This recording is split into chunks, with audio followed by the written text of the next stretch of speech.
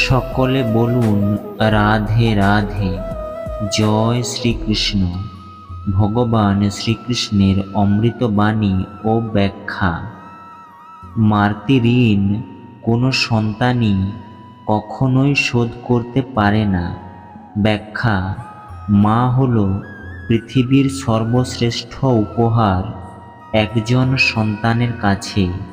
কথিত আছে, ভগবান সবার সাথে থাকতে পারে না বলেই তিনি মায়ের সৃষ্টি করেছেন।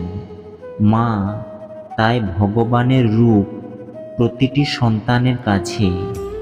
এই মায়ের অবদান শোধ তাই দূরের কথা, কোনো সন্তান কখনো পৌঁছাতে পারবে না, কারণ এটি ভালোবাসা, যত্ন, আত্মত্যাগ যা মাপার ঊর্ধ্বে।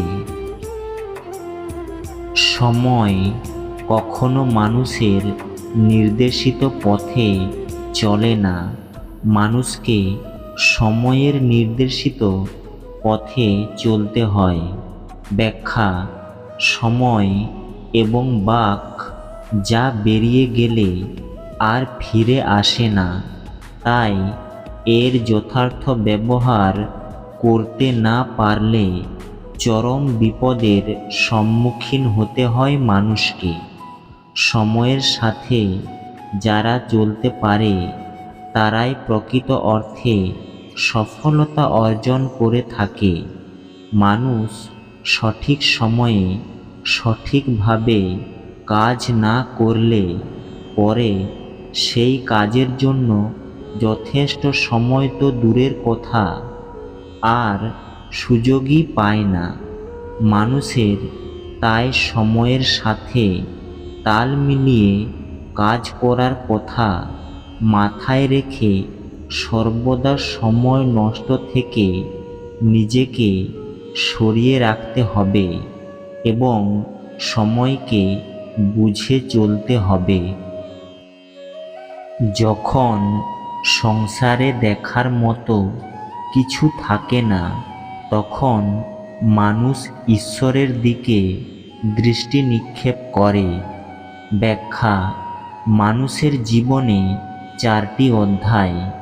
এই 4টি অধ্যায়ের 3টিতে মানুষ তার জীবনের যত দায় দায়িত্ব পালন করে থাকে, শেষের দিকে যখন তার সব দাবি, দায় দায়িত্ব, ইচ্ছা, আকাঙ্ক্ষা, কামনা, বাসনা শেষ হয়ে যায়, তখন সে নিজে থেকেই নিজেকে পরিচালনা করে ঈশ্বরের নিকট।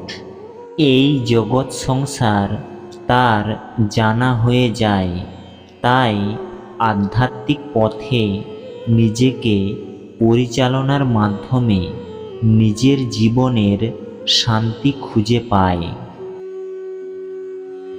যদি কোনো ঘটনায় মানুষ ভয়প্রাপ্ত হয়, তবে তার পরাজয়ই হয়, আর যে সব হারিয়ে শান্ত আর একাগ্র থাকে সেই আসল জয়ী।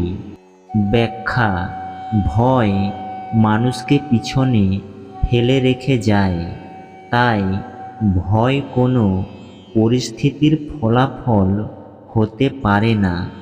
মানুষের জীবন যাপন করতে নানা বাধার সম্মুখীন হবে, কিন্তু নিজেকে সর্বদা প্রস্তুত থাকতে হবে যাতে কোনো কিছু তাকে না নিজের পথ থেকে বিতাড়িত করতে পারে।